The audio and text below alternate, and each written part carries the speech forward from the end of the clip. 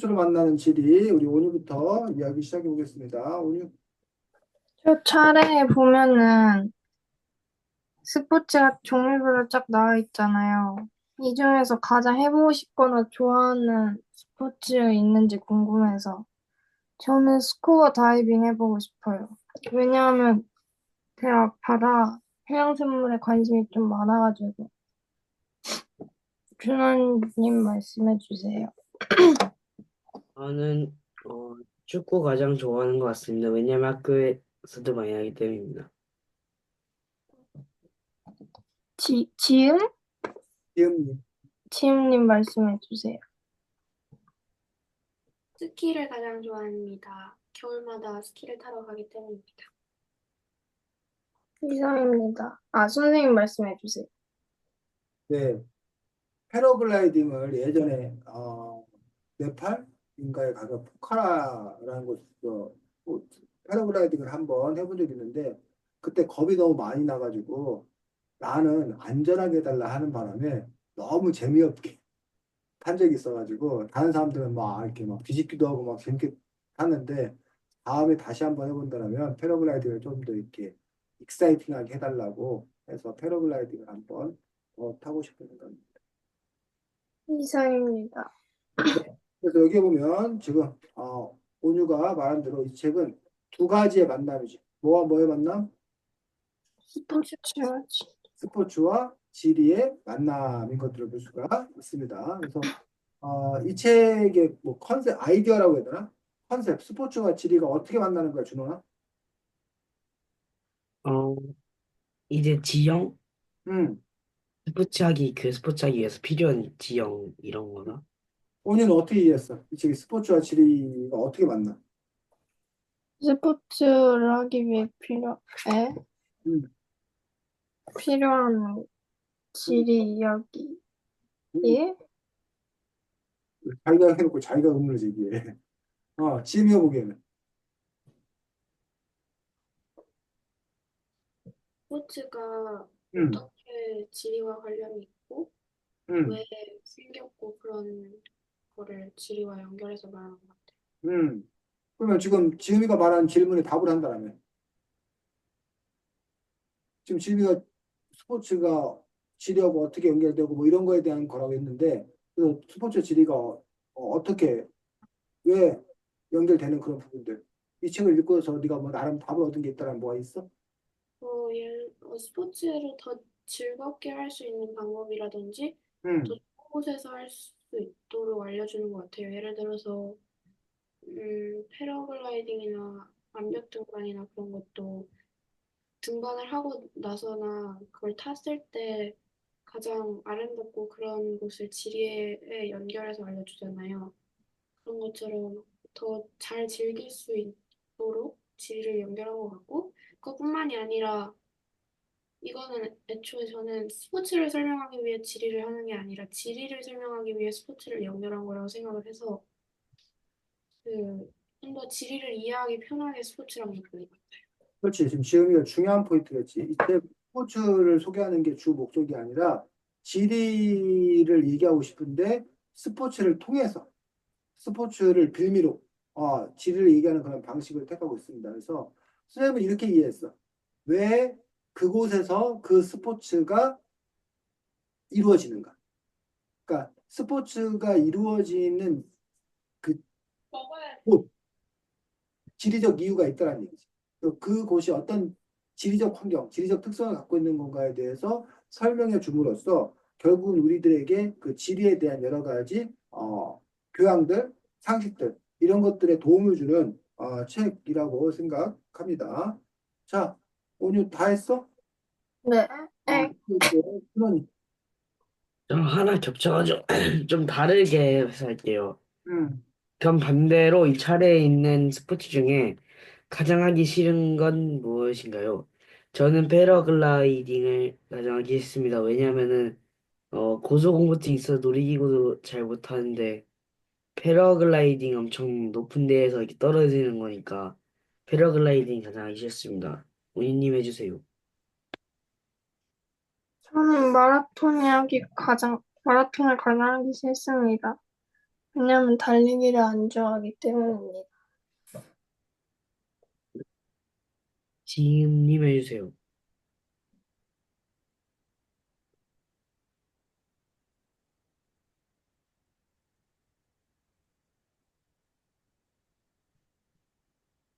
목소리 안 들리는 지금?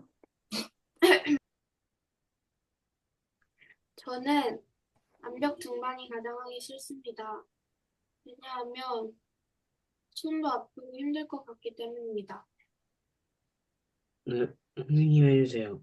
네, 저도 암벽 등반은 안 하고 싶습니다. 일단은 벽에 이거 딱 달라붙는 것 자체가 뭔가 이렇게 공포감이 들 것 같고 너무 무서울 것 같습니다. 암벽 등반은. 네, 겁납니다. 네, 여기에서 마치도록 하겠습니다. 네. 자, 온유나 준호이처럼 혹시 지금이 이 책 읽으면서 이런 얘기 친구들의 생각을 좀 들어보고 싶다라고 하는 분들이 떠오르는 아이디어가 있으면 하면 되고 안 그러면 다음에 하면 되고. 지금이 어때? 책에 안, 목소리가 안 들리나요? 됐어, 이제 들려. 이 책에 안 나왔는데 뭔가 좀 궁금하고 지리에 관련해서 그런 스포츠가 있었는지 얘기해보고 싶습니다. 좀더 말하자면 제가 가장 좋아하는 스포츠인 농구가 안 나와서 나왔으면 어떨까 하는 생각을 했습니다. 김원유님 말씀해주세요. 저는 배드민턴이 나왔으면 좋겠어요. 왜냐면 제가 배드민턴을 좋아하기 때문입니다.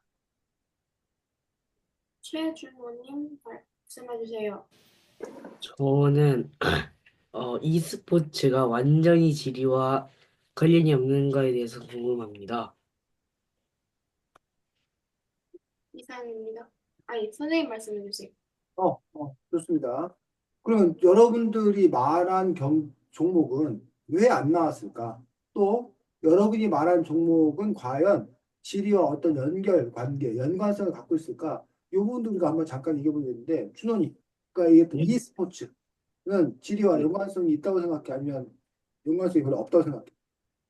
조금은 있는 것 같아요. 왜 어떤 점에서? 이제 약간 인터넷 잘 연결되는 곳에 있어야 된다. 인터넷 잘 연결되는 것이 있는데, 지리적으로 인터넷이 잘 연결되는 곳이 따로 있어? 어, 그리고 습도가 적정해야 된다. 근데 그런 점에서 보면 일반 e스포츠의 성지가 따로 있는 거야, 준호가? e스포츠의 성지요? 여기는 보면은 뭐 패러글라이딩의 성지, 뭐 서핑의 성지 이런 식으로 그곳을 하기에 정말 좋은 그 지리적 위치 뭐 이런 것들이 소개가 되잖아. 네. 그럼 e스포츠 하기에 정말 좋은 그런 지리적 위치가 따로 있는 거야? 아니 e스포츠가 활발한 곳들이 따로 있는 거야? e스포츠가 이, 발달한 나라라던가 지역이 특별히 따로 있어? 아니면 그렇지 않아? 어, 보통 게임 대회장에서 하예요. 게임 대회장. 그러면 네. 게임 대회장이 설치된 곳들의 어떤 그 특징이 있을까? 음, 온도랑 습도가 음. 적정한가? 요? 음. 근데 어, e스포츠장은 대부분 실내 아니야? 네. 그러면 그냥 그 실내 경기장 만들어 놓고 뭐 에어컨이 틀어줘 이렇게 하면 되는 거 아니야? 근데 이제, 아, 어, 사이클도 이제 실내에서 하듯이 음. 조금 있지 않을까요? 이 책에서는 사이클은 안 나왔잖아. 실내에서 하는 실내 경기로 나온 게 있나 이 책에서? 이 책에서 실내 경기 씨름? 씨름이요. 씨름 근데 씨름 같은 경우는 이 책에서는 실내 경기 나왔지만 원래 씨름은 실내 경기였어? 아니요. 뭐 그 모래사장에서 한 걸로 해서 그 지리적 기준을 찾았었잖아. 이 책에서는. 어, 자, 근데 만약에 그 e스포츠나 아니면 e스포츠를 그 지리적인 걸로 연결시킨다면 여러분 이 책을 읽은 지식을 바탕으로 봤을 때 연결시킨다면 어떻게 연결시킬 수 있을까? 온유. e스포츠 지리를 연결시킨다면.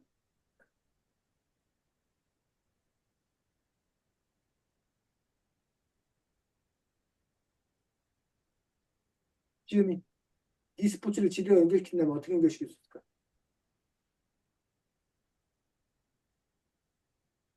들려 지금아? 우리가 네 말에 아, 저는 음, e스포츠랑 솔직히 지리는 상관이 없다고 생각을 하는데, 음, 왜냐면 인터넷만 터지는 곳에 있으면 폰이든 그런 기기만 있으면 할 수 있는 건데, 음.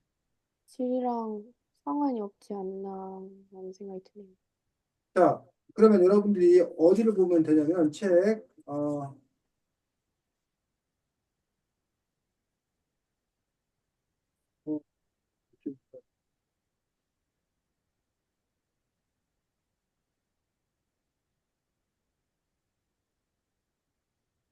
13쪽?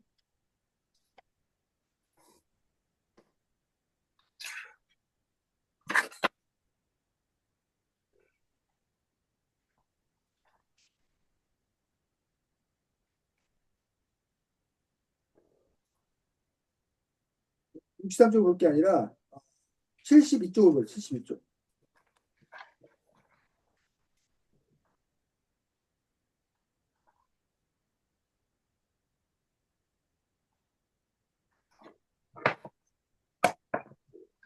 자, 72쪽의 내용을 한번 각자가 읽어보고 왜 선생님이 갑자기 e스포츠 얘기하다가 72쪽 얘기를 하라고 72쪽을 읽어보라고 했는지 한번 누가 얘기해 볼까? 72쪽의 내용을 한번 각자가 읽어봐. 72쪽이요? 72쪽.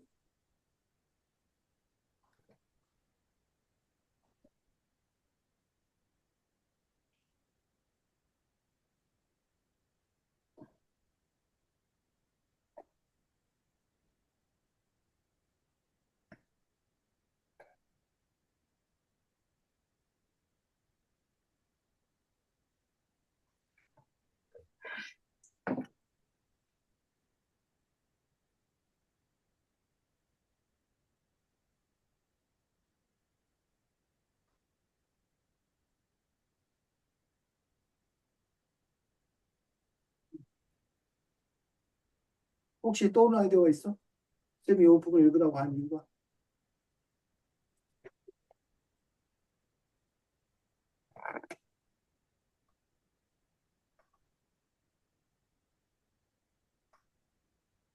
규격화되지 않았다.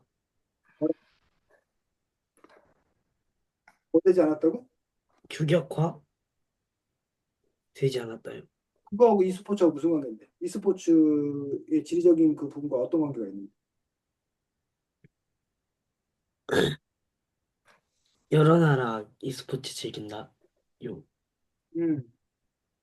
또 지음이나 온이나 지음이나 어떻게 생각해? 이 부분을 쌤왜 읽으라고 했어? 솔직히 잘 모르겠어요. 그, 근데, 지음이 음,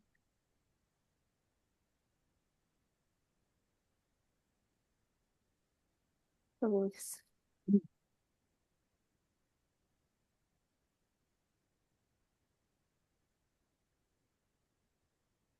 온이는 어떻게 생각해?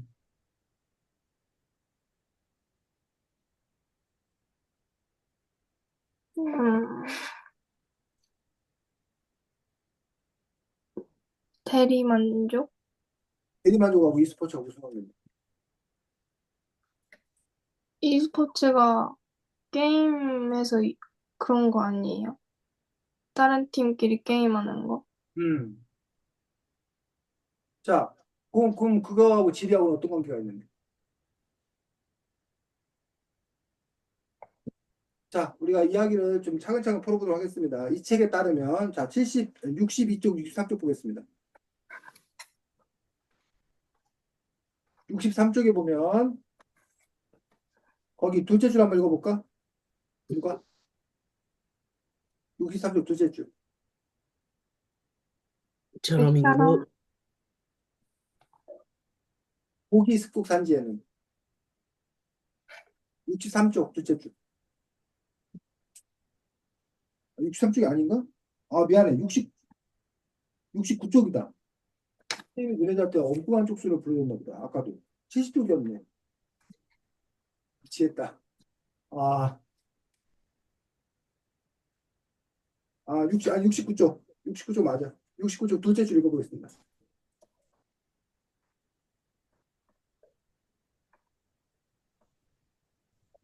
읽어, 오늘. 둘째 줄. 고기스콕 맞아요? 맞아, 맞아, 맞아. 고기스콕 산지에는 석탄이 많이 매장되어 있습니다. 석탄하면 자연스럽게 산업혁명이 떠오르네요. 영국의 석탄 지대에는 노천 탄광이 많습니다. 노천 탄광의 장점은 편리성이에요. 여기까지. 요, 여기까지. 자, 그 영국의 노천 탄광. 노천 탄광이라는 건 탄광하면 우리가 땅 깊숙이 들어가서 그걸 캐내는 걸 생각하는데 영국은 땅을 깊숙이 들어가지 않고도 석탄을 바로 캐낼 수 있었다는 거야. 그리고 그 석탄을 이용해서 그 다음 쪽 넘어가면 영국이 바로 석탄을 이용해서 그 석탄을 태워서 증기를 발생시켜가지고 기차가 가거나 동력을 움직이는 산업혁명이 일어나. 영국이 산업혁명이 일어나니까 다른 나라들보다 잘 살게 돼. 그러면서 아까 72쪽에 자본이 축적됨에 따라 노동환경의 개선으로 노동자들이 토요일 날 오후에는 일을 이제 하지 않아도 돼. 여가 시간이 늘어나. 여가 시간이 늘어나 보니까 사람들이 뭘 하기 시작해? 축구를 하기 시작해. 그리고 그 축구를 잘하는 사람들로 축구팀을 만들어서 프로축구팀을 만들게 돼. 그 사람들이 그 프로축구팀을 가서 티켓을 사서 가서 응원하면서 가서 볼 수 있는 대리 만족을 하게 돼. 즉 프로축구팀이 있으려면 프로축구팀을 운영할 수 있는 구단도 있어야 되고 프로축구를 보러 올 수 있는 사람들도 있어야 되고 그럼 프로축구를 보러 올 수 있는 사람들이 있으려면 그만큼 그 사람들이 돈이 있어야 되고 그만큼 그 사람들이 돈이 있으려면 그 나라의 사람이 그만큼 발달해야 되고 근데 그 나라의 사람이 그만큼 발달하는 그 밑바탕에는 바로 노천탄광 여기 보면 고기습곡 산지라는 고기습곡 산지라는 그런 지리적 요인이 거기에 작용을 했다라는 식으로 설명하고 있잖아. 이해가? 그래서 고기습곡 산지라는 말을 알아? 그게 무슨 말인지?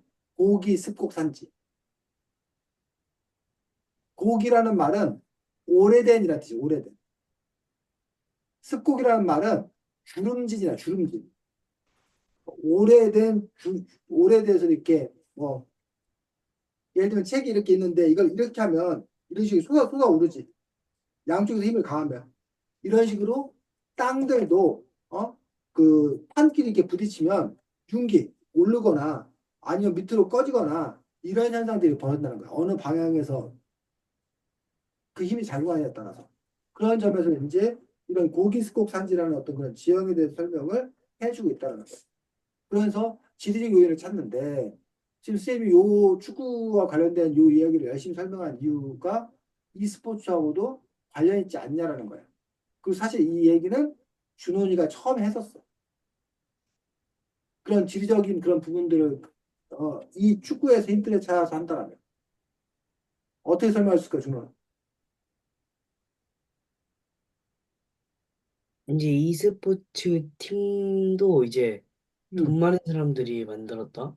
어, 그렇지. e스포츠 팀이 만들어지려면 그만큼의 자본이 있어야 된다, 자본. 또 e스포츠가 발달하려면 아까 말한 대로 인터넷 기반이 잘 돼 있어야 돼.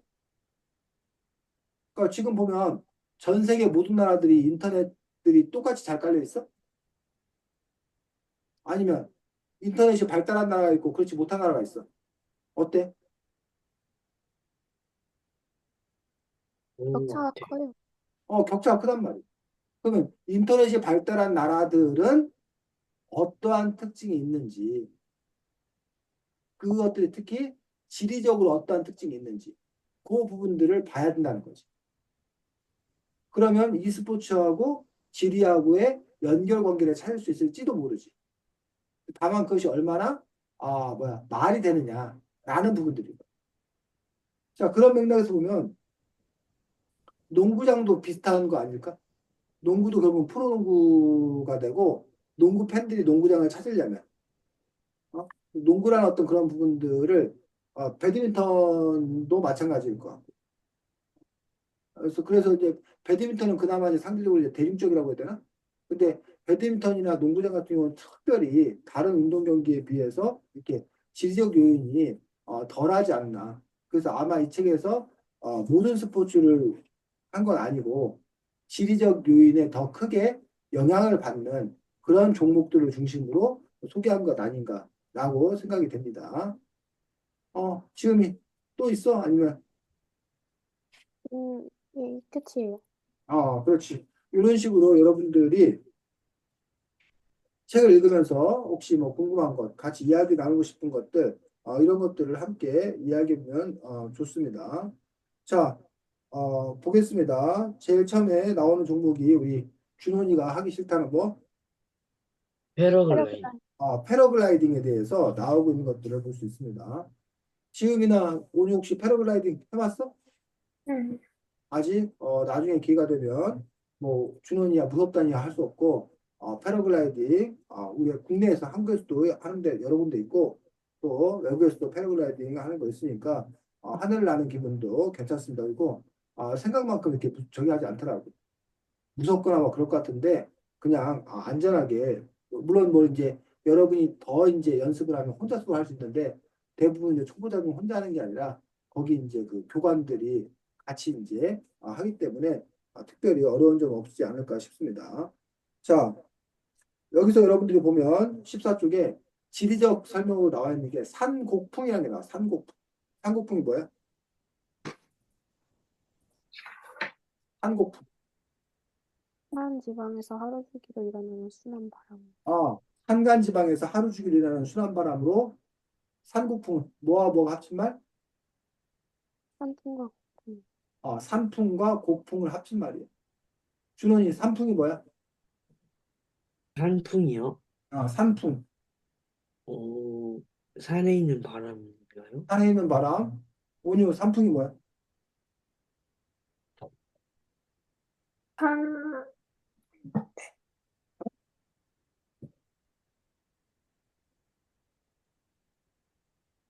산정 반대로, 왜? 산풍이 뭐야? 산풍. 잘 모르겠어. 지금이 산풍이 뭐야? 산 꼭대기에서 계곡 쪽으로 부는 바람. 곡풍은. 반대로 계곡에서 산 쪽. 자, 그래서 여러분들이 이거 중요한 규칙이 거기 나와. 바람의 이름을 붙일 때는 어떤 규칙이 있다고?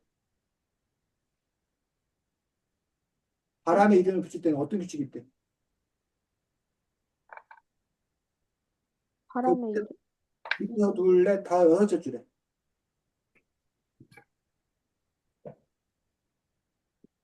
거기 책에 써 있잖아. 준호나 온유야. 바람의 이름을 붙일 때는 어떻게 한다고?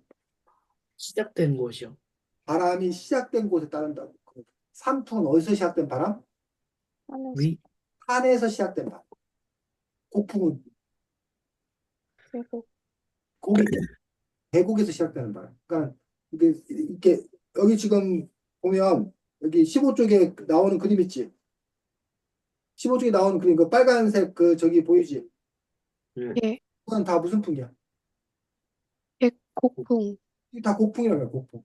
곡풍이 지금 상승하는 거라는 얘기야. 계곡에서 이렇게 산을 올라가는 그런 바람. 이거에 반대 방향으로 부는 바람이 있다면 그게 뭐? 산풍. 산풍이야. 준원이 그럼 해풍은 뭐야? 해풍은 바다에서 부는.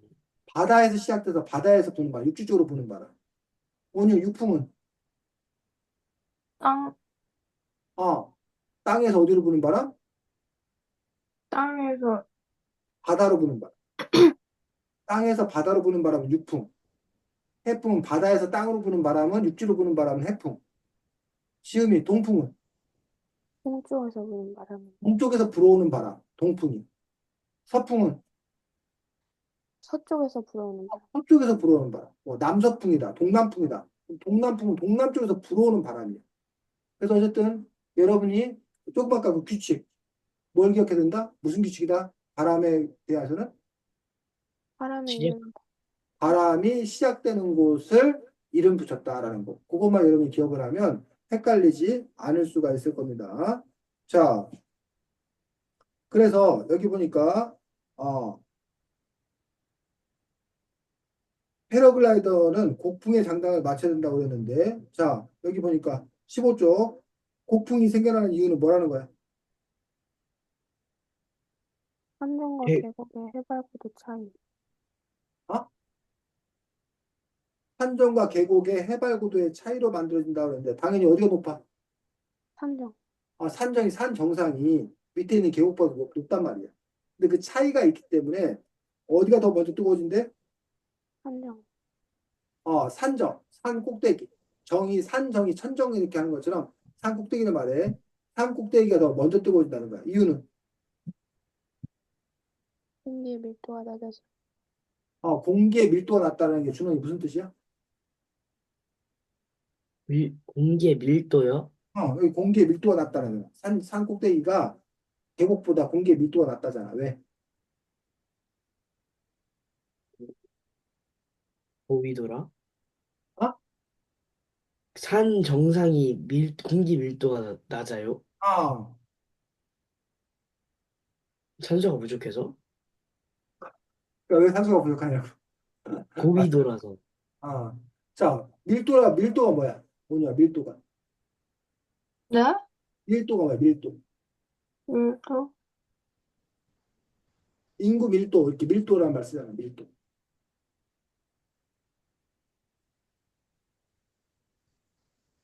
지금이 밀도가 뭐야? 빽빽한 정도 아니에요? 빽빽한 정도야. 뭐냐, 빽빽한 정도. 그래서 밀도가 낮다 그러면 산 꼭대기가 공기가 뭐하다? 빽빽하지 않다라는 거야. 그럼 그 이유는 뭐냐? 땅 밑일수록 공기가 빽빽해. 땅 위로 올라갈수록 공기가 빽빽하지 않아. 그건 중력 때문에 중력. 왜? 중력이 뭐야? 약해지니까. 땅에서 끌어당기는 힘이잖아. 땅 밑은 중력이 땅이 더 확실히 끌어당기는 거야. 근데 위로 올라갈수록 중력이 힘이 미치지 못해. 그러다 보니까 공기의 밀도가 낮아지는 거야. 그리고 공기의 밀도가 낮아지면 온도의 변화도 뭐한다? 커진다. 그러니까 햇볕을 받으면 공기가 몇 개 없으니까 더 빨리 뜨거워진다는 거야. 반면에 계곡 쪽은 더 천천히 뜨거워진다는 거야. 그 두 가지가 차이가 있다라고 얘기하고 있습니다.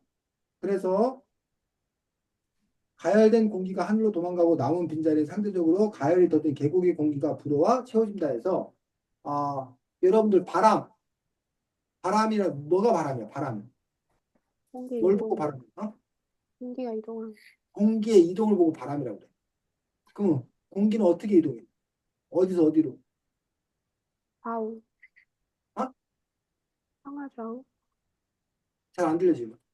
왼쪽에서 오른쪽 또 오른쪽에서 왼쪽. 그래 그래. 그러니까 이렇게 왼쪽에서 오른쪽, 오른쪽 왼쪽으로 이동하는 그 규칙 원칙이 뭐냐고. 그건 아까 따뜻한, 말했던 말해. 따뜻한 게 위로 올라가요? 아래. 근데 풍선이지 풍선. 풍선에 이렇게 막 바람 후 불었어. 그럼 풍선 안에 공기가 어때? 말아줘 적어줘. 맞아요. 맞아요. 맞아요. 막 바람을 불면 풍선 안에 공기가 많아지잖아. 그럼 거기가 공기가 그 밀도가 공기의 밀도가 더 큰 거지. 그러니까 이른바 고기압이 되는 고기압. 반면에 그 바깥은 이 풍선 안보다 공기가 적은 거야. 기압이 낮은 거야. 그래서 그 구멍을 뭐하면 열면 풍선 안에 있던 공기가 풍선 바깥으로 나온단 말이야. 왜? 여기가 더 많이 있으니까. 덜 있는 곳으로 나온다는 얘기야. 그래서 똑같이 맞춰준다는 얘기야. 그래서 공기는 기본적으로 공기가 더 뭐한 곳에서 많은 곳, 밀도가 더 높은 곳에서 고기압인 곳에서 공기가 더 뭐한 곳으로? 적은 어, 곳으로 이동한다는 거야. 맞출 때까지. 그럼 아까 계곡이 더 공기가 많고 산 정상이 공기가 별로 없다고 그랬어. 그럼 공기는 어디서 어디로 이동해? 아래에서 위로 아래에서 위로 이동하니까 그게 바로 무슨 풍? 폭풍. 이게 곡풍이라는 거야, 곡풍. 어? 곡풍이라고 얘기하는 것들을 볼 수가 있습니다. 자, 그 부분에 대해서 이렇게 이제 설명을 하고 있고, 이러한 것들이 다 지리적인 그런 요인들이라고 이 책에 설명이 되어 있기 때문에 여러분들이 이 내용들을 잘 알면서 책을 읽는 것들이 필요합니다. 어때서 준원이 이 책 읽으면서 이러한 내용들이 좀 이해가 됐어? 아니면 뭐 어려웠어? 당연히 어려웠어요. 당연히 어려웠어. 오늘은, 또 어려웠어. 지금이는. 되게 어려워. 근데 어쨌든 뭐 어려운 게 당연한데 이제 여러분들이 이것들을 학교에서 앞으로 배워 나갈 내용도 있고 사실 이미 배운 내용들도 있고 그래서 기본적으로 가장 중요한 그런 부분들은 사실 우리가 아까 얘기했었어. 왜 이 스포츠가 그 지역에서 발달했나 라고 했을 때 나름대로 다 그 스포츠가 그 지역에서 발달되는 나름의 그 스포츠의 특성에 따른 지리적 요인이 있다. 그게 이 책의 가장 중요한 아이디어예요. 근데 이제 그것들을 구체적인 어떤 그런 사례들을 들어서 설명하고 있는 그런 부분들을 볼 수가 있습니다. 그래서 패러글라이드는 결국은 바람이 중요하기 때문에 그럼 그 바람이 잘 부는 곳, 그런 지리적인 특성을 갖고 있는 곳, 그곳이 패러글라이딩이 발달할 수 있는 곳이다. 라는 것들이 이 부분에서 설명을 하고 있는 거고, 그래서 이제 패러글라이딩이 뭔가라는 것들, 그 부분에 대해서 설명하는 것도 볼 수가 있습니다. 자, 16조에 보면 사면 상승풍이라는 게 나와. 사면 상승풍이 뭐래? 16쪽에. 16쪽이요? 사면 상승풍. 고풍이 폭풍이 산지에 살, 사는 고풍이. 뭐 말해 왜? 산지의 사면에 따라 수직 방향으로 거슬러 오르면서 만들어내는 바람. 이걸 보고서 우리가 사면 상승풍이라고 그러는데 바로 17쪽에 그림 보여? 17쪽에 상승기로 돼 있는 거. 요게 이제 사면 상승풍인데 사면이 뭐야? 사면. 네면, 뭐라고? 네 개면, 그러니까 이 안타까운 거야, 이 책이. 우리말의 한계고. 사면은 우리가 뭐 사면체다 그러면 수학에서 사면체다 하면 네 개의 면이 맞아. 근데 여기서의 사면은 지음이 뭐야? 산지의 그 어? 경사면? 그치, 경사면, 기울어진이란 뜻이야. 주로는. 오니 알겠어? 사면? 네. 기울어진, 경사면 할 때 경자를 빼버린 거야. 사면, 기울어진. 상승풍은 뭐 상승은 알 거고. 그래서 곡풍이 산지의 사면을 따라. 곡풍은 아까 뭐라고 그랬어? 계곡에서 네. 올라오는 계곡에서 불어오는 바람이 산지, 산의 경사진 곳을 따라서, 여기 그림에 보면 경사진 곳을 따라서 수직 방향으로 거슬러 올라가면서 만들어지는 그런 바람을 사면 상승풍이라고 얘기합니다. 그 다음에 상승기류라는 말이 나왔어. 상승기류. 뭘 보고 상승기류라고 그러는데? 올라가는 16쪽에 상승기류라. 지표가 가해되면 높은 곳의 공기는, 음, 높은 곳에 차가운 공기 내려오고 뜨거운 공기 하늘로 오르는 것? 어. 해서 오르는 바람이 있습니다. 그래서 상승기류가 뭐라는 거예요? 올라가는 바람. 그냥 올라가는 게 상승기류다? 여기 설명 안 돼 있는데. 하늘로 16쪽에 보면. 솟구치는 거예요? 뭐라고? 대류 현상이. 무슨 대비 현상입니까? 따뜻한 공기와 찬 공기가 섞이는 거. 찬 공기와 따뜻한 공기가 섞이는 대류 현상을 보고 상승 기류라고 얘기합니다. 그래서 결국은 뜨거운 공기는 어떻게 되고 올라가고. 올라가. 뜨거운 공기 내려가는 게 아니라 올라가고 차가워진 공기는 뭐하고 내려오고 그 두 가지가 섞이는 현상을 보고 뭐라고 그런다? 상승기류예요.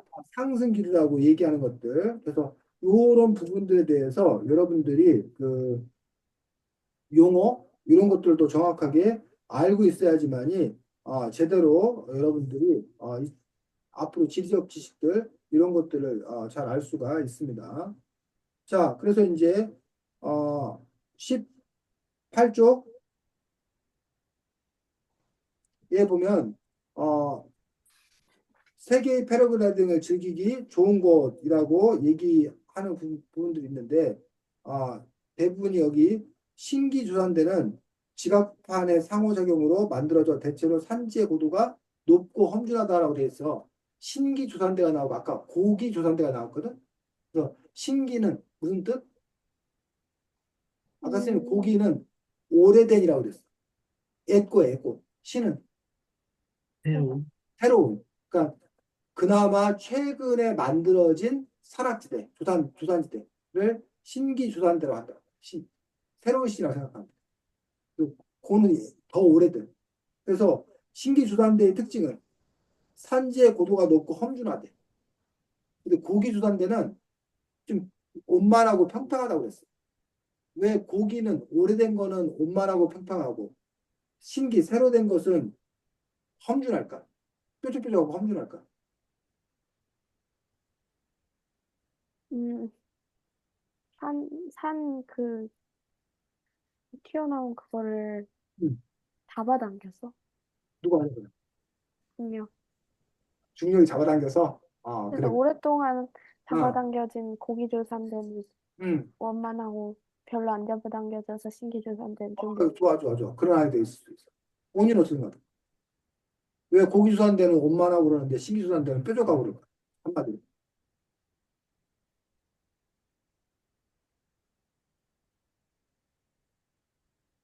잘 모르겠어요. 신원이 어떻게 생각해?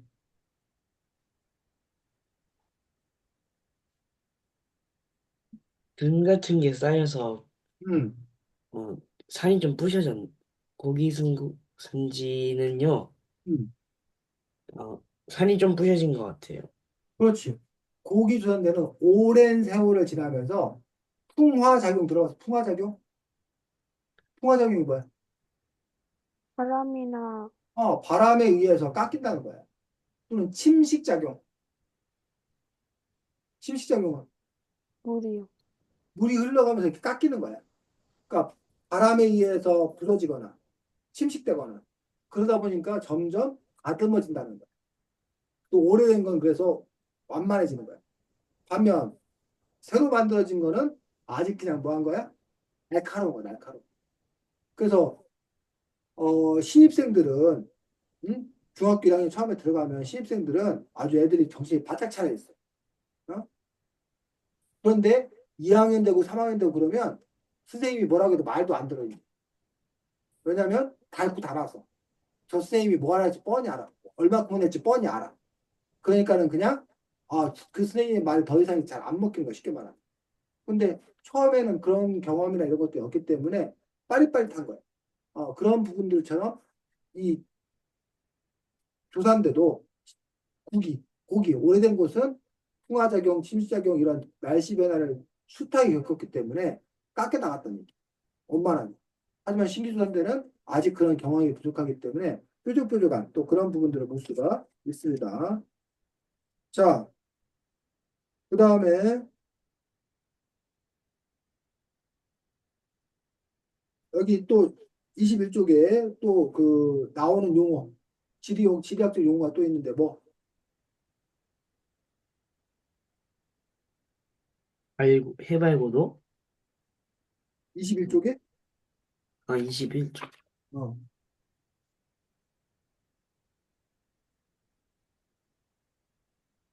음, 산지 하천. 아? 그 20쪽에 나와 20쪽에 산지 하천은 20쪽에 나오지. 산지 하천은 뭐야? 그 강이 산지 옆에 있는. 산지 사이를 휘감아 흐르는 강을 보고 산지 하천이라고 그래.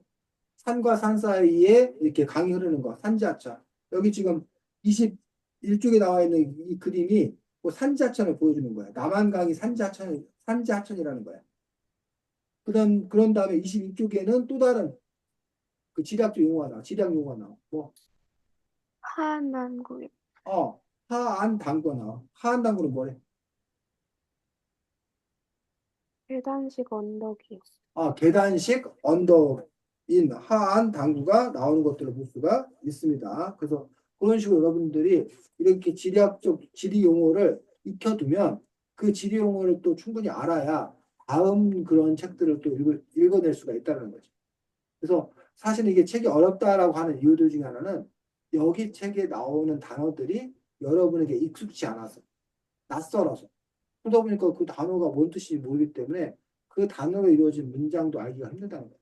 그런데 자꾸 이런 단어를 여러분들이 책을 통해 배우고 익힘으로써 알게 된다라면 그러면 그 다음에는 이제 그 단어를 너무나 자연스럽게 알기 때문에 문장을 이해가는데 특별히 어려운 점이 없게 되는 또 그런 부분들을 볼 수가 있습니다.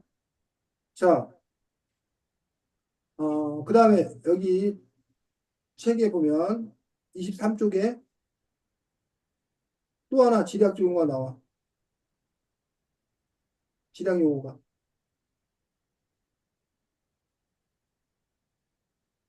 고기조사인데, 아? 고기조사인데요. 고기조사인데 아까 얘기했잖아. 신기조사인데 반대가 고기조사인데 더 오래된 거고. 다도해? 다도해? 다도해는 뭘 보고 다도해라고 그래? 참 많은데? 섬이 많은 곳을 보고 우리가 이제 다도해라고 얘기를 합니다. 자, 그래서 여기 보면 뭐가 나오냐면 일곱째 줄. 두 지역은 거기 한번 읽어보겠습니다.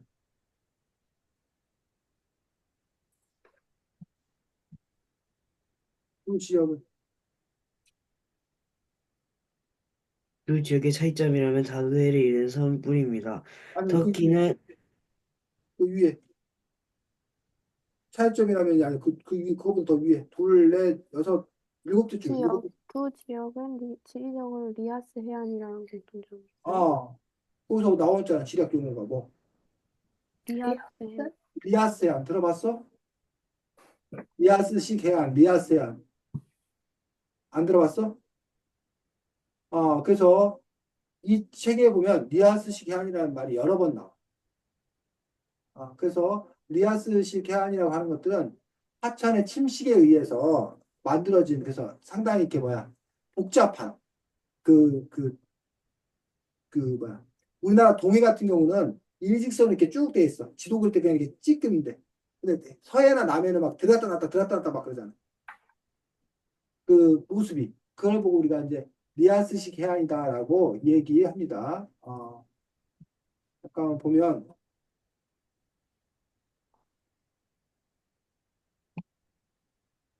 요런 거.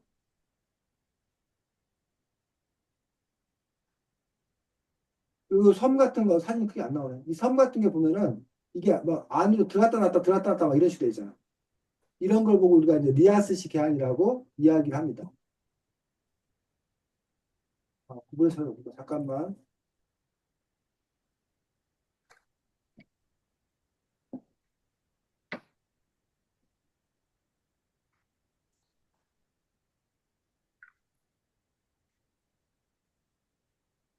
이런 식으로 이렇게 안으로 들어갔다 나왔다 이렇게 복잡하게 되어 있는 거 해안이.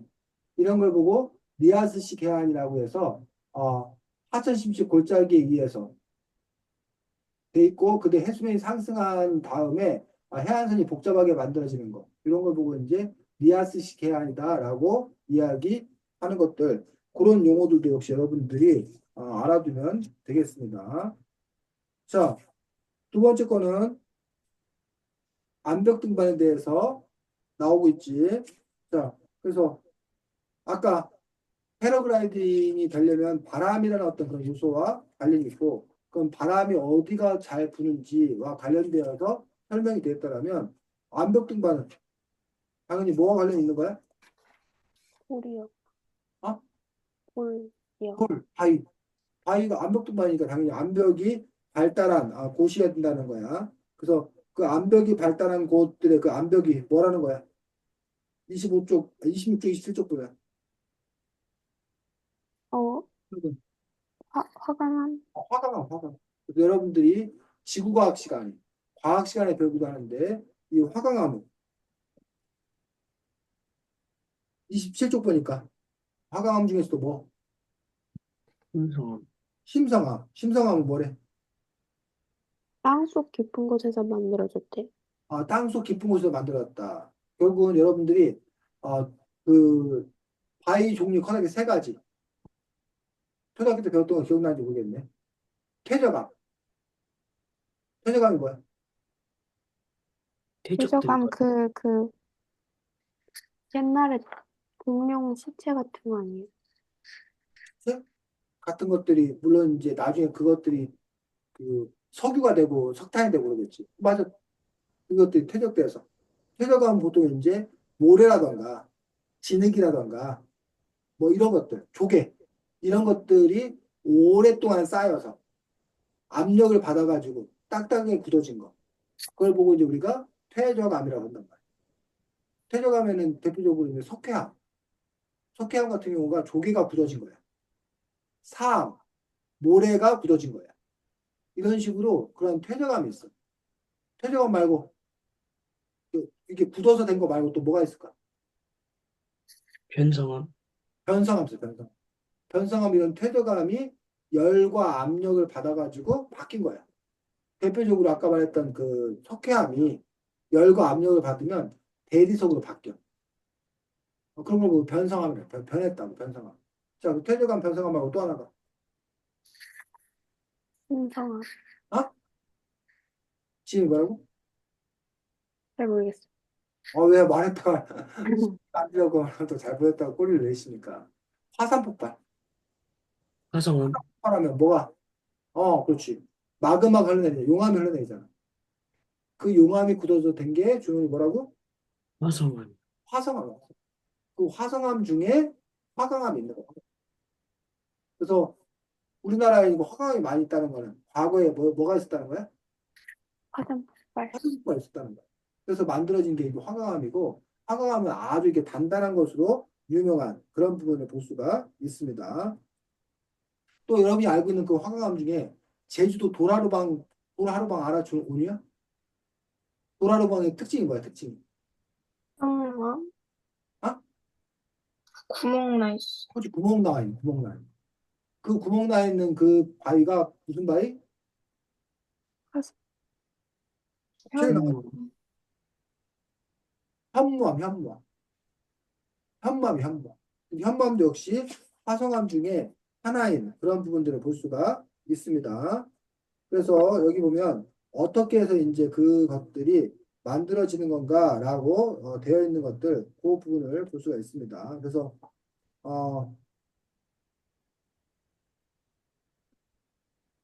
그 화강암이라는 그 바위가 어떻게 만들어지는 건가라는 부분들에 대해서 설명이 나와 있고 특히 이제 하프돔이라는 것들이 나와 있는데 여기 29쪽 밑에서 넷째 줄 읽어보겠습니다. 지음이 독특한 독특한 하프돔의 모형은 빙하의 산물이에요. 거대한 바위를 날카롭게 자를 수 있는 조물주의 도구는 빙하가 유일하니까요. 빙하가 그토록 힘이 센지 궁금하다면 인터넷 지도로 피오르를 검색해보세요. 검색 알고리즘이 선별한 곳 중 노르웨이로 가보면 거대한 산지 사이를 메운 고즈넉한 피오르 경관을 만날 수 있습니다.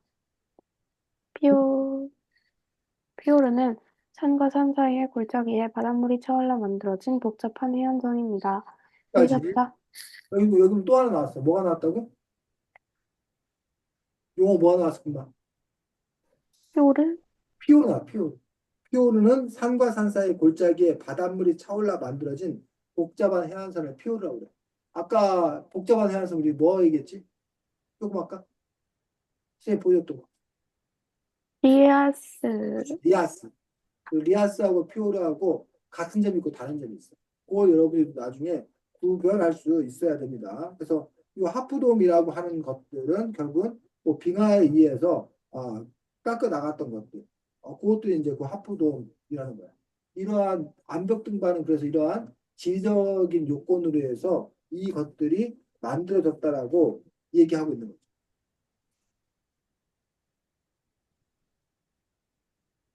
자, 그 부분에 대해서 얘기를 하고 있고 32쪽 둘째 줄 거기 오늘 읽어보겠습니다. 이중이요? 이중. 이중 가장 단단하고 강한 물질이 석영이에요. 석영은 단단한 만큼 강한 상태로 오래도록 화강암 표면에 남습니다. 화강암의 표면은 석영 알갱이기 때문에 손으로 쓰다듬으면 거친 느낌을 주지요. 만약 화강암의 표면이 대량처럼 매끄럽다면 화강석 암벽을 오를 수도 없겠지요. 까지. 그래서 그 우리가 화강암 암벽을 주로 오르는데 그 화강암 암벽에 뭐가 있다는 거야? 알죠. 석영, 석영이 붙어 있다는 거야. 그 석영이 붙어 있음으로써 가능한 게 뭐라는 거야? 음반이. 그 거칠거칠하게 매끈매끈하고 거칠거칠하니까 그걸 붙잡아서 마찰력이 생겨가지고 오를 수 있다는 거야. 만약에 매끈매끈한 대리석이었더라면 마찰력이 없어갖고 미끄러져서 오를 수가 없을 거란 얘기. 그러한 그 지리적 특성들을 또 설명하고 있는 것들을 볼 수가 있습니다. 그 다음에 또 하나가 나오는 용어가 32쪽, 그 33쪽에 나오는 용어가 또 하나 있어. 지리 용어. 박리 형상. 박리가 뭐래?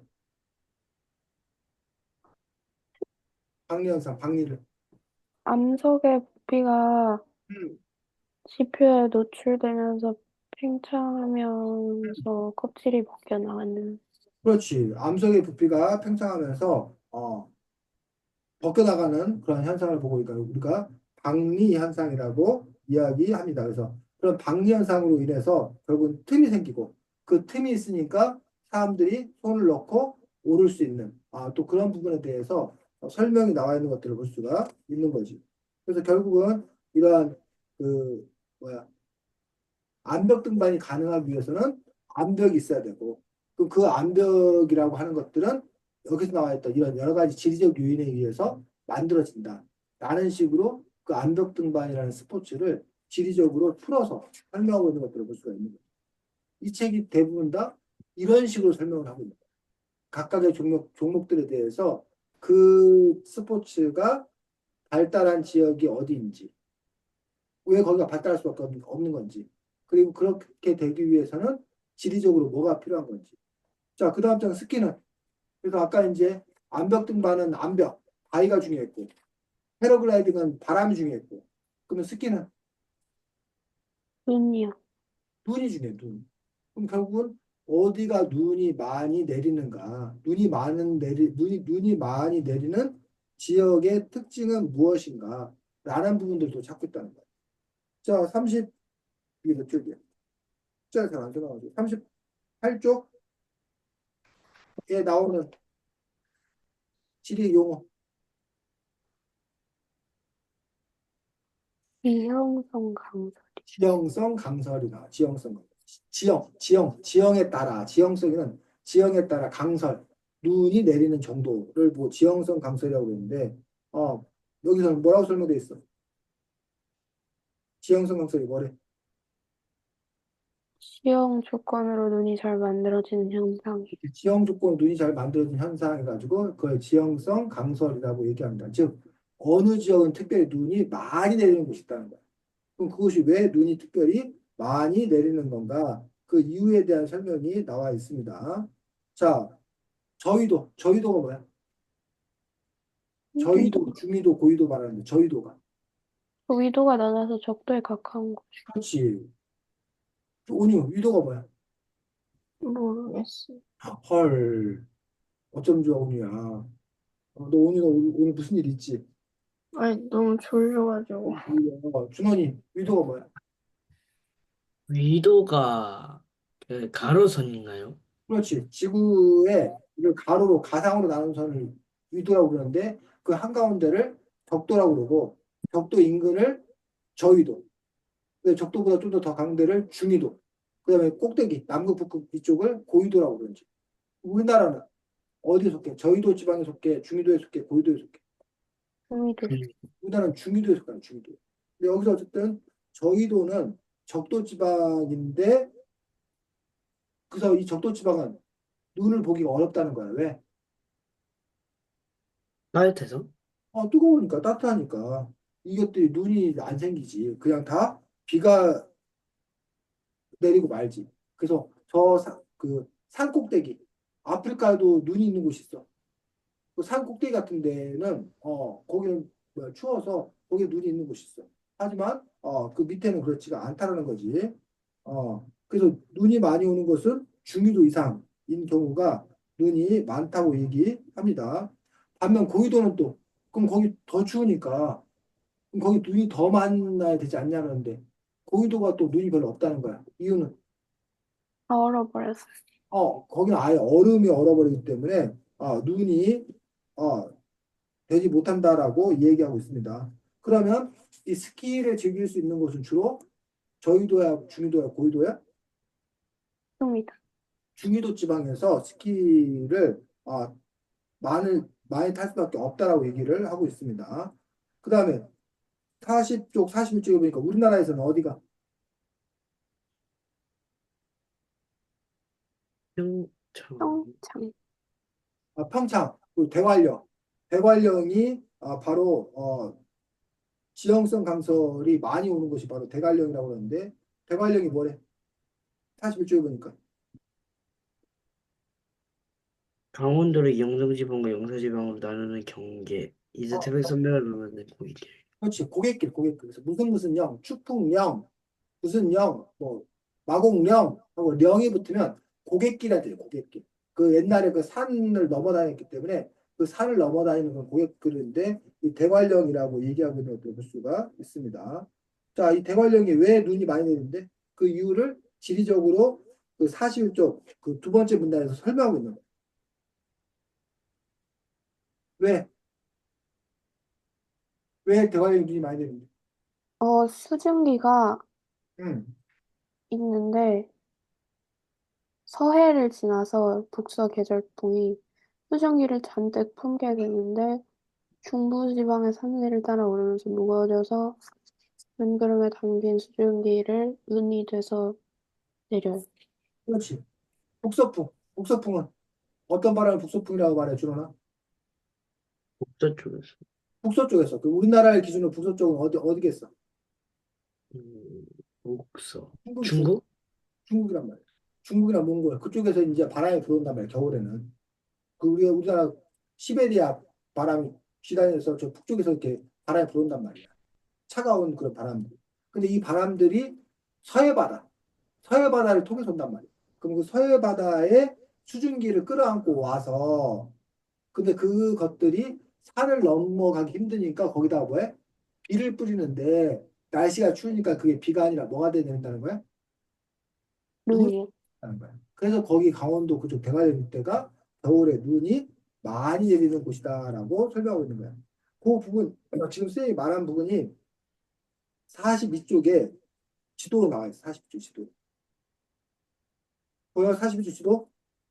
네, 중에서 지금 우리가 설명한 거는 왼쪽 화살표야, 오른쪽 화살표야?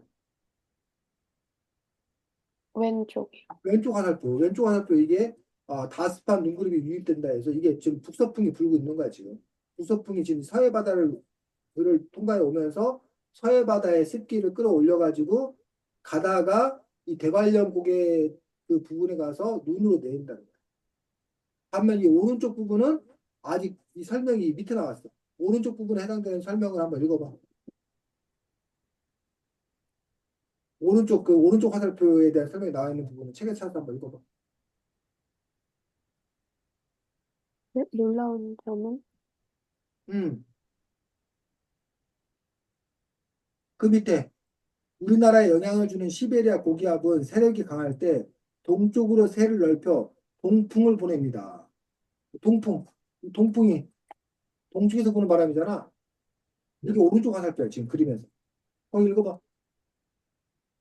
온유 첫째 줄, 어디요? 43쪽 첫째 줄. 43쪽이요? 첫째 줄.